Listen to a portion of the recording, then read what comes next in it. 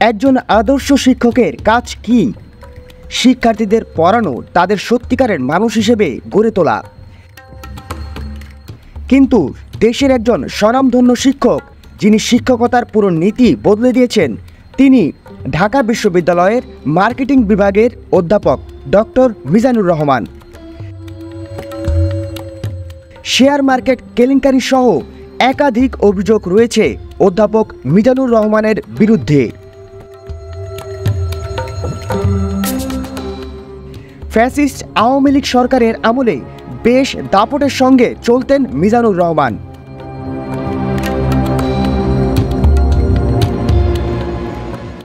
শিক্ষার্থীদের সাথে তার সম্পর্ক কখনোই ভালো ছিল না।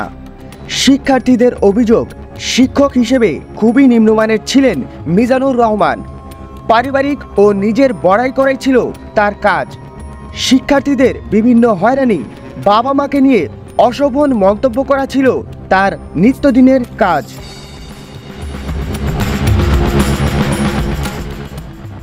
মিজানুর রহমানের কথা বলতে গেলে সমবায় অধিদপ্তরের ডেপুটি রেজিস্ট্রার আবুল খায়ের হিরোর কথা বলতেই হয়। দুর্নীতির এই মহানায়কের শিক্ষক ছিলেন অধ্যাপক মিজানুর রহমান। দুর্নীতিবাজ শিক্ষকের আদর্শ ছাত্র হিসেবে নিজেকে প্রমাণ করেছেন এই আবুল খায়ের হিরো। শুধু নামে নন, শেয়ার বাজারের অঘোষিত হিরো বনেছেন। শেয়ার কারসাজি করে একদিকে শত শত কোটি টাকার মালিক হয়েছেন, গড়েছেন সমাজের প্রভাবশালীদের সঙ্গে সুসম্পর্ক।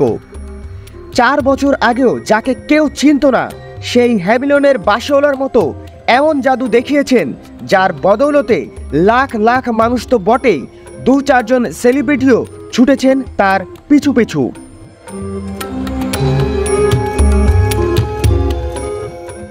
সেই দলে আছেন সরকারের উচ্চ পদস্থ আমলা থেকে শুরু করে সংসদ সদস্য, মন্ত্রী পরিষদ সদস্য, বিভিন্ন নিয়ন্ত্রক সংস্থার শীর্ষ কর্মকর্তা, সম্পদশালী ব্যক্তি, ব্যাংকের মালিক, সাংবাদিক সহ নানা পেশার মানুষ।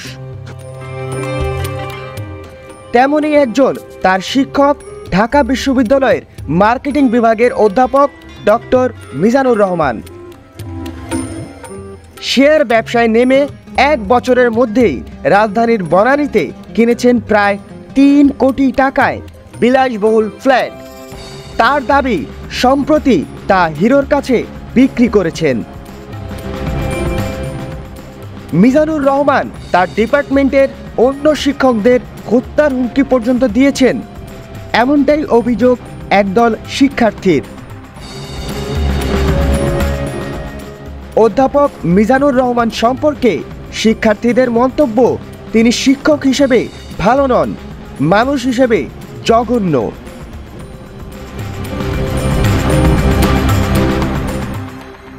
স্বৈরাচার আওয়ামী লীগ সরকারের দোসররা এভাবেই হরিলুট করেছে জনগণের টাকা। ধীরে ধীরে তা প্রকাশ পাচ্ছে।